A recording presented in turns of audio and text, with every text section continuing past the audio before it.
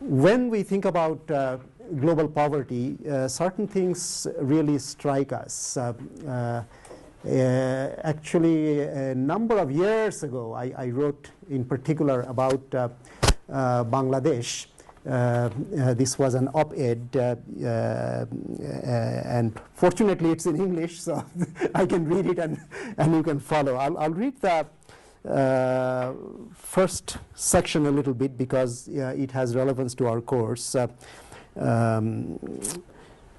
I said I wrote in the second paragraph, scholarly literature on poverty shows a surprising dichotomy.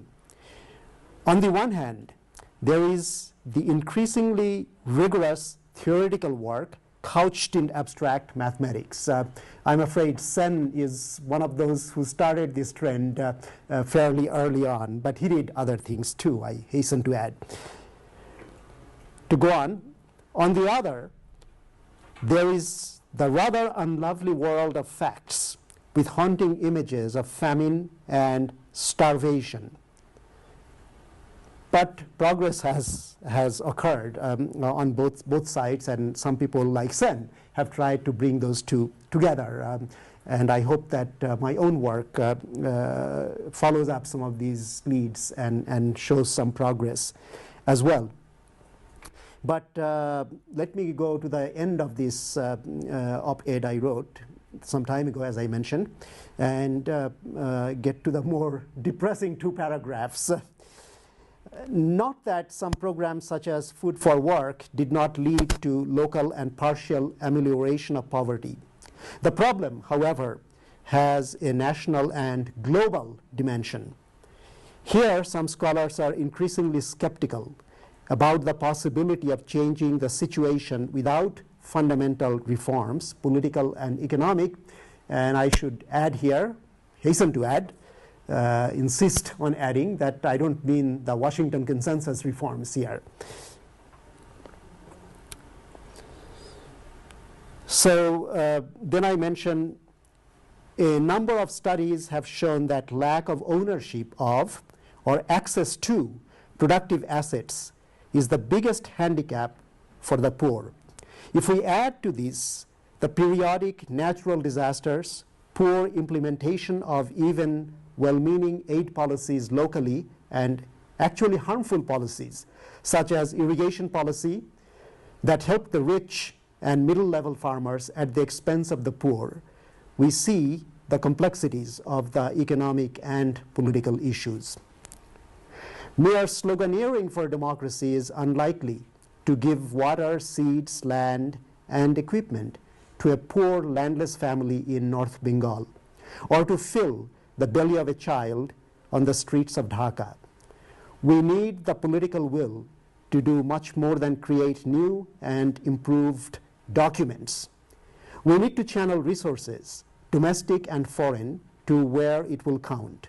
Without the political will at the center and the mobilization of people from below, this seems hardly a prospect for Bangladesh in the near future. You can put whatever countries you're studying in place of Bangladesh there. But sadly, it remains true, what I said there and then. But I think we can at the same time take some heart in looking at all the various social movements that are going on in the world. But I think we have to be very realistic and very hard-headed, even as we remain soft-hearted as we should. I hope our soft heart will give us the will, the political will, to do more. And let me add one more thing here. Last time in my outline, you may remember, and I sent it to you. I hope you got it. I quoted from Gramsci, who actually was paraphrasing Romain Rolland, the great French novelist and humanist of early 20th century, who wrote this famous novel called Jean-Christophe, which some of you may have read or you may want to read, especially if you're interested in music. But this famous phrase, which now is almost always associated with Gramsci, who certainly suffered for his belief and for his cause. He was in Mussolini's prison for a long, long time and died almost immediately after he was released in 1930s. The phrase is pessimism of the intellect, but optimism of will. It is very important that we do not ignore the hard facts and hard realities of life. But it is equally important that we develop our will to confront those facts and our will to fight, to struggle, to push forward, assess all our chances and see where we can make the most difference, individually as well as collectively. Ultimately, of course, it is the collective struggle that will advance things, but each of us lives first and foremost our own individual lives, and that small reality does matter a lot. So first things should come first. First, it is important to ask what each one of us can do and has done or is doing with our lives in the immediate environment. And then we can think, and I hope this course has helped you to some extent in that, and as you go through your life, you can look back and maybe draw some lessons, even as you learn new ones, obviously. We have to ask how we can connect with larger realities and what roles we can play in those realities. Reality is really multi-level. There are many, many layers, many, many levels. And this is true even of our own individual psychological reality. We can go from very superficial level to very, very deep level. In fact, most people don't seem to be aware of what incredible depths each one of us can reach if we only try and be patient about it. It may take some time. Sometimes it can happen in a flash, but not everybody is so lucky. So I think that's important, and that is another meaning of the word dialectics. Dialectics invites us to look at these different levels and look at the interconnectedness among the levels and also on each and every level. And these things sound abstract. I'm sure that when put in this way, they are. But real challenge is to make dialectics come alive, or as one famous scholar who has studied this a lot and also is an activist, Bertel Ollman, wrote, there is a dance of dialectic. So if you're really into dance, you'll get this much more quickly and it'll be much more concrete for you. But really, at one level, we are talking about the dance of life, which has many forms and many meanings and many developments. And at another level, we are talking about very mundane, concrete, practical kind of activities. And that's something that I will try to discuss. And when we do that, let me just remind ourselves of the times that we are in. I brought just at random the copies of Financial Type for the last few days, and you can see just from the headlines how things are going. A few days ago, those of you who read economic or financial news may have noticed that Obama and others at G8 meeting were very concerned about Europe, but really about the world economy. But nobody really had any kind of bold plan, and nobody really wanted to pursue any kind of bold plan. Then came the news that Spain was in big trouble. They have about officially 25% unemployment. And of course, everybody knows about Greece and perhaps Italy too in the middle. So Spain came up with a plan to rescue the biggest bank, which is called Bankia. But then immediately, almost immediately, the newspapers reported it the next day, European Central Bank, and here's the headline actually from the Financial Times, European Central Bank rejects Spain plan to bolster Bankia. So European Central Bank, which is mainly dominated by the Germans, really doesn't want to bail anybody out. And Germans, of course, for historical reasons, are very worried about inflation. On top of all that, they have a conservative government, although conservatism in Germany, I should hasten to add, is much more liberal than Obama's liberalism. But they care mainly about Germany, not the rest of Europe. And I could go on and point to you all kinds of other headlines. Some of it has to do with business scandals and political scandals. I'm not a scandal monger, so I'll spare us those. But just to illustrate how interconnected things are in the world, Financial Times also in the last few days came up with a report on the Arab world's banking and finance. And it is clear that Eurozone woes have hit Arab world also quite hard. Here is the subtitle or subheading to be journalistic about it of this key story. It says, with lending hit by Eurozone woes and uprisings, even oil-rich states ask who will supply funds in the future. And of course, we know about the turmoil that goes on. And this is to lead us into the first thing about social movements. The hope really is, in a way, social movements. Things can be done from the top, but usually they are done, if they are done at all, and they are done better when there is pressure from below. If you look at the history of this country, again, going back to the Roosevelt era, you had some readings from that era or about that era by historians like H.W. Brandt. You can recall that it was because of those many movements, social, political, economic movements from below all over this country, that the most progressive changes ever historically in the entire history of the United States of America took place in the 1930s. And this is by no means accidental. You can almost treat this as a general rule or general logic of progressive reforms, that they cannot take place unless there is pressure from below.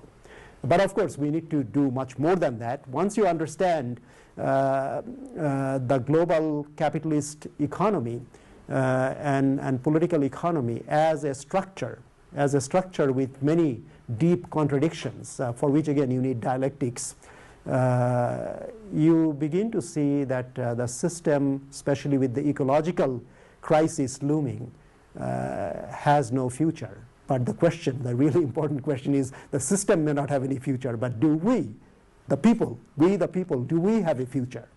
And there, my answer is yes, if we will. Yes, if we will. It is up to us, really, fundamentally. It is not up to any one of us, because individual wills will not count unless they are connected with many other individual wills in action. There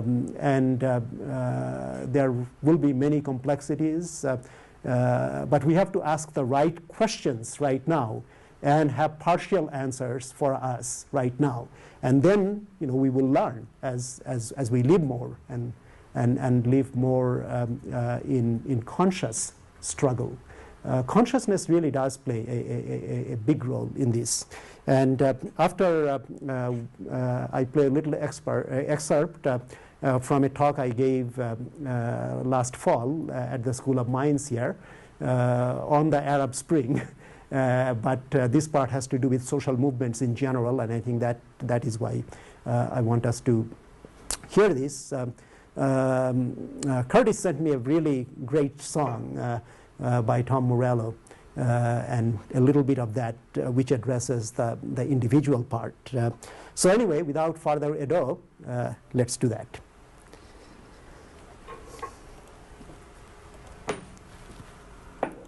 A mass democratic social movement from below, then these can be pushed in the right direction.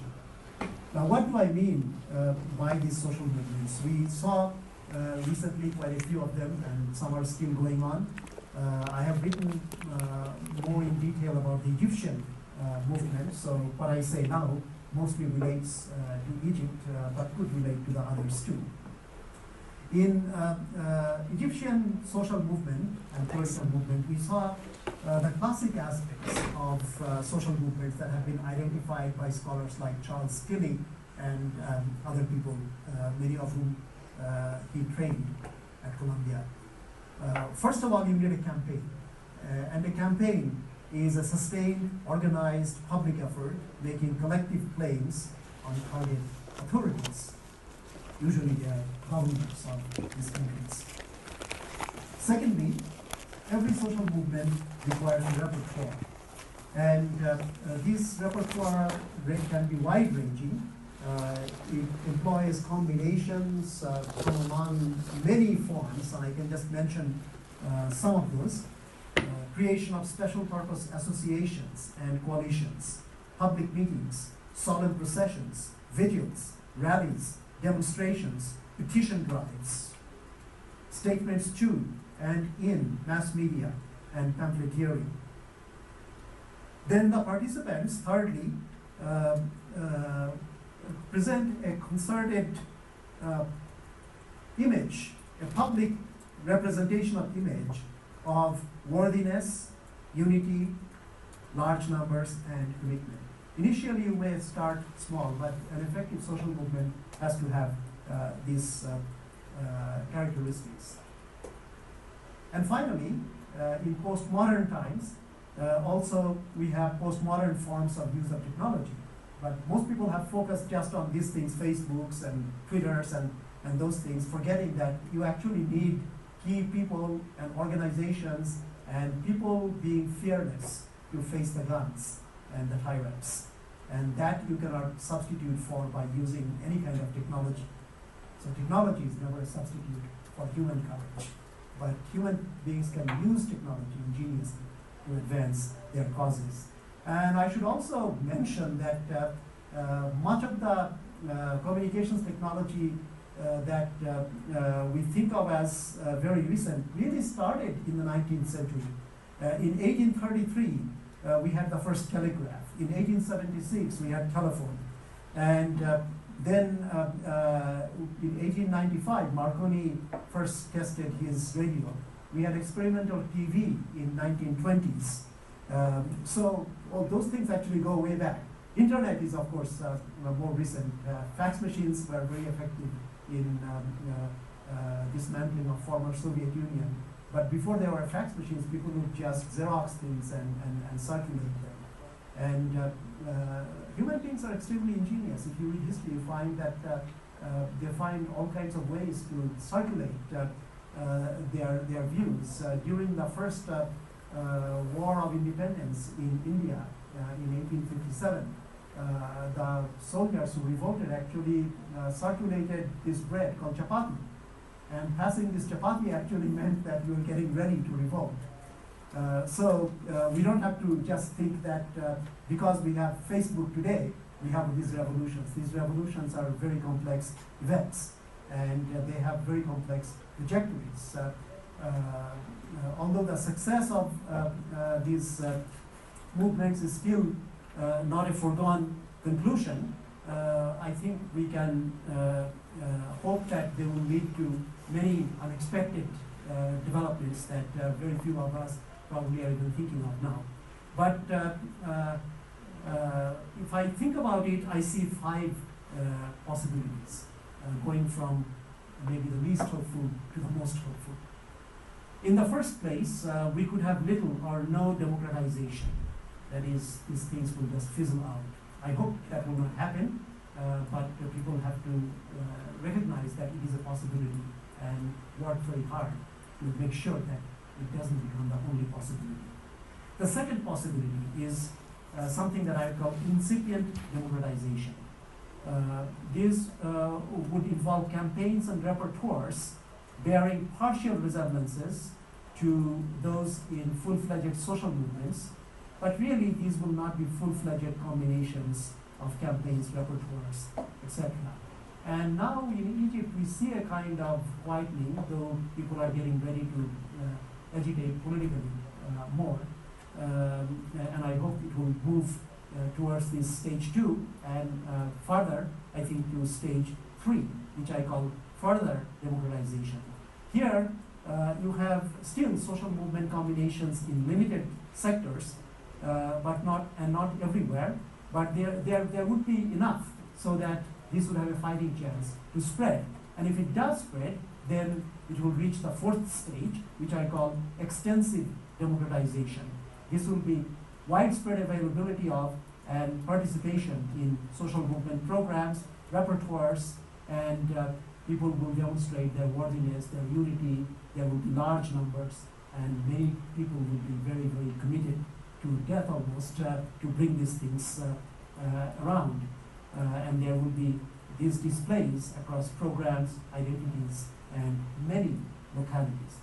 And 5th, and the highest stage, I think, will be a kind of incipient international democratization, where at least in this region, the movement really will become internationalized. And not only will it overthrow the tyrants, but it will bring forth the kind of deepening of democracy that I earlier articulated for you. Now, to the pessimists, I want to quote a poem from Tunisia. This is by poet Abu al-Qasim al-Shabi. Some people think it has become the anthem of Arab Spring. I found an English translation, then using my imperfect Arabic knowledge, I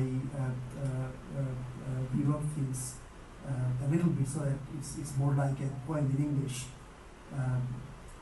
And this is only part of it. You, unjust tyrants, you, the lovers of darkness, you, the enemies of life, you kept on deforming the beauty of existence. You kept on growing seeds of sadness in our land. Wait, don't let the spring, the clear blue sky, and the glitter of the morning light fool you. Because the darkness, the rumble of thunder, and the blowing wind are coming toward you from the horizon. Beware, because there is a fire underneath the ash. Whoever grows thorns will reap wounds. You have cut off people's heads, and the flowers of hope watered the sand with blood and tears. This blood's river will sweep you away. You will be burned by this fiery storm. Thank you. So that saga, of course, is still unfolding with the presidential elections in Egypt now in their 2nd phase. One thing I should point out, and this shows how you have to use your own head when you read newspapers and confront other sources of information from the mainstream.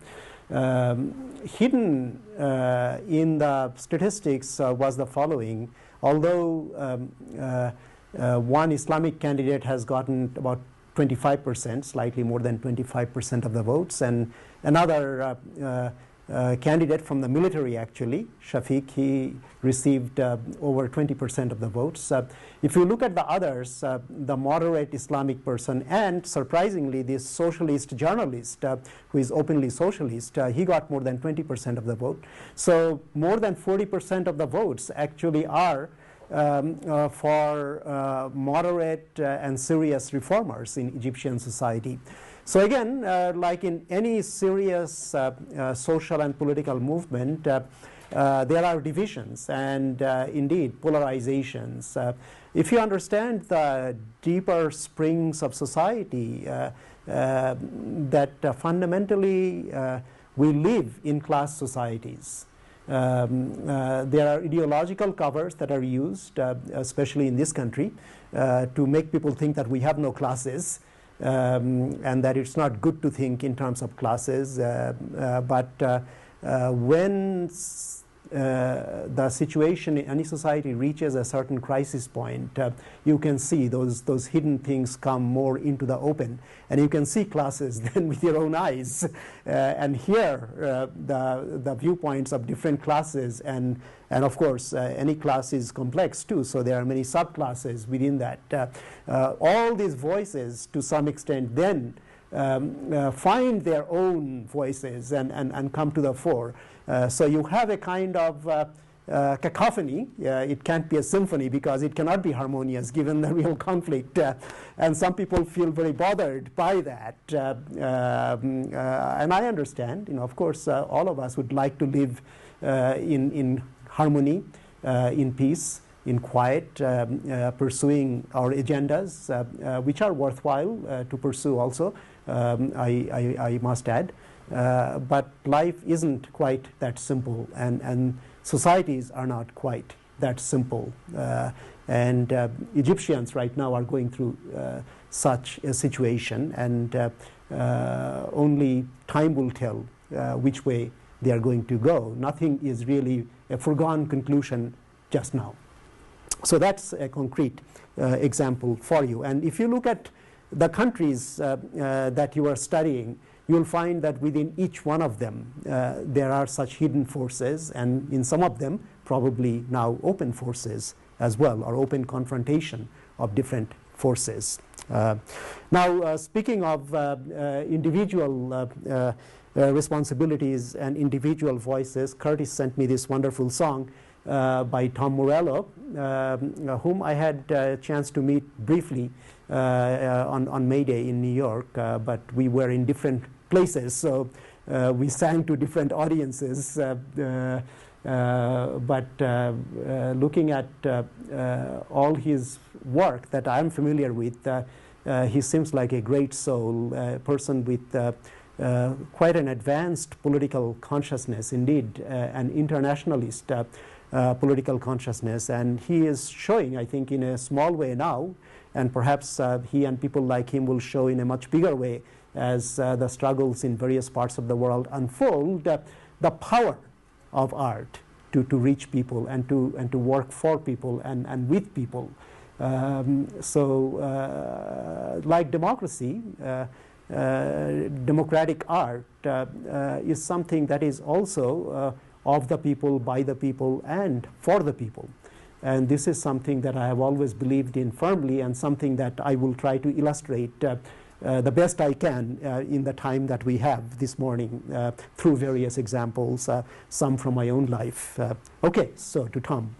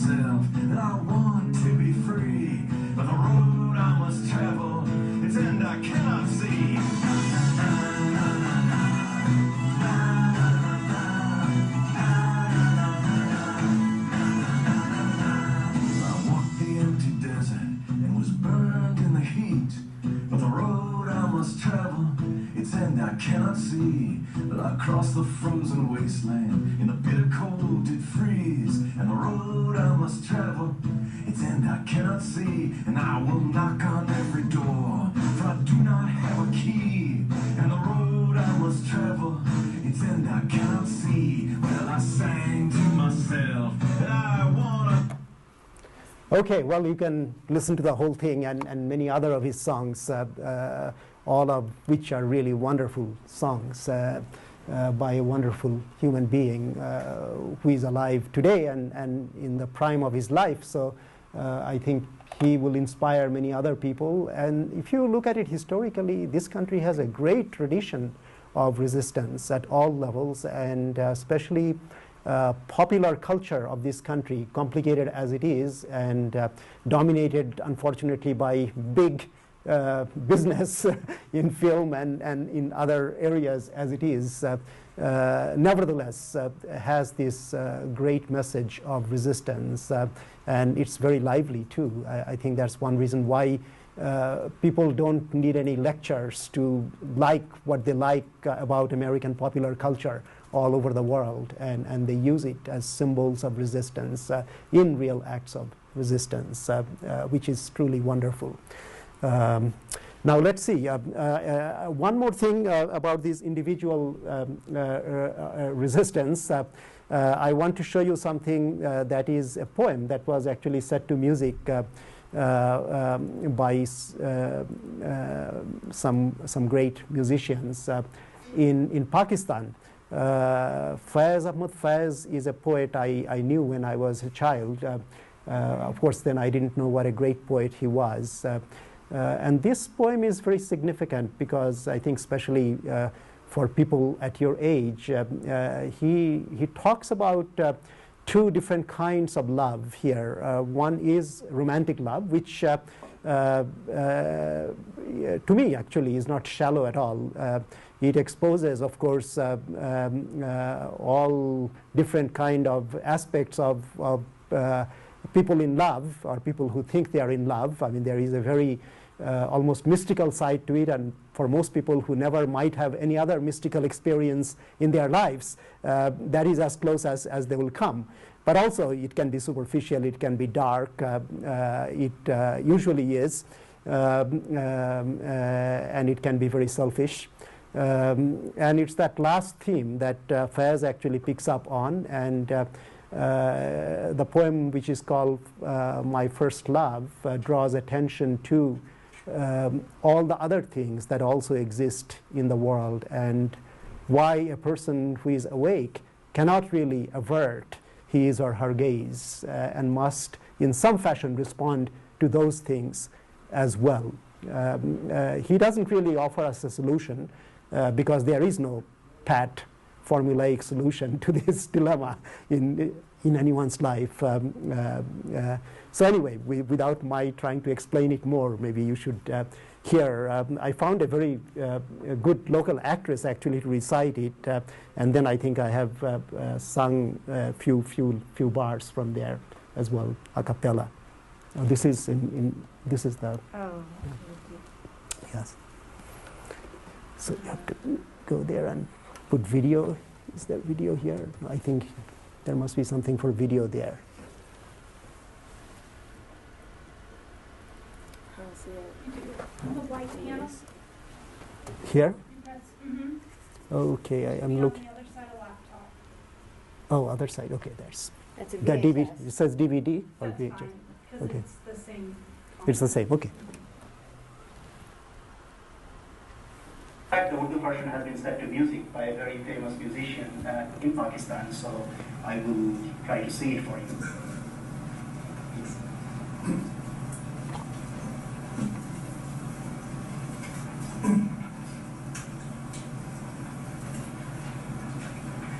My first love.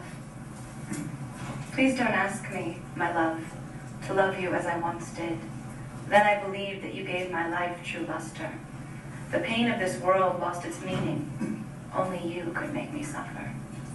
Your beauty brought forth the spring, gave it its abiding green. Your eyes were all that mattered. If I could only have you, even fate would have been negated. My desire would be my will, my reality. But countless centuries of suffering, men in corrupt comfort, not caring, covered in silken splendor, and others selling their lives in the marketplace, covered in dust, bathed in their own blood. What can I do, my love? What shall I do when my eyes see not just you, but this other world too? Your beauty still delights my soul, but what can I do? In our world today, there is sorrow deeper than romance. There is a way of love beyond this love, my love. Please don't ask me, my love, to love you as I once did.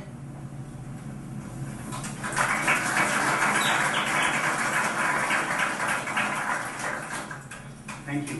I should explain that the form of this particular poem is called ghazal, which is a set of couplets that are not necessarily always related. And it is a lyric poem which is meant to be sung. So I will just read for you now. मुझसे पहली सी मुहाबत मेरे महबूब ना मांग, मुझसे पहली सी मुहाबत मेरे महबूब ना मांग, मुझसे पहली सी मुहाबत मेरे महबूब ना मांग, मुझसे पहली सी मुहाबत मेरे महबूब ना मांग। मैंने समझा था कि तू है तो दरख्शां है हया, तेरा गम है तो गमे दहर का झगड़ा क्या है, तेरी सूरत से हया आलम में बहारों का सबात, तेरी आँखों के सिवा दुनिया में रखा क्या है, तेरी आँखों के सिवा दुनिया में रखा क्या है। तू जो मिल जाए तो तकदीर निगूं हो जाए, यूं ना था मैंने फकत चाहता यूं हो जाए। ओ मुझसे पहली सी मुहाबत मेरे महबूब ना मांग, मुझसे पहली सी मुहाबत मेरे महबूब ना मांग। अनगिनत सदियों के तारीख बहीमान अतलसम, रेशमो अतलस कम ख्वाब में बुनवाए हुए, जाबा जा बिकते हुए कूचाओ बाजार में जिस्म, खाक में लिथरे हुए खून में नहलाए हुए, लौट जाती है उधर को भी नजर क्या कीजिए, अभी दिलकश है तेरा हुस्न मगर क्या कीजिए, अभी दिलकश है तेरा हुस्न मगर क्या कीजिए, और भी दुख है जमाने में मुहब्बत के सिवा, राहतें और भी है गज़ल की राहतों के सिवा। मुझसे पहली सी मुहब्बत मेरे महबूब ना मांग, मुझसे पहली सी मुहब्बत मेरे महबूब ना मांग।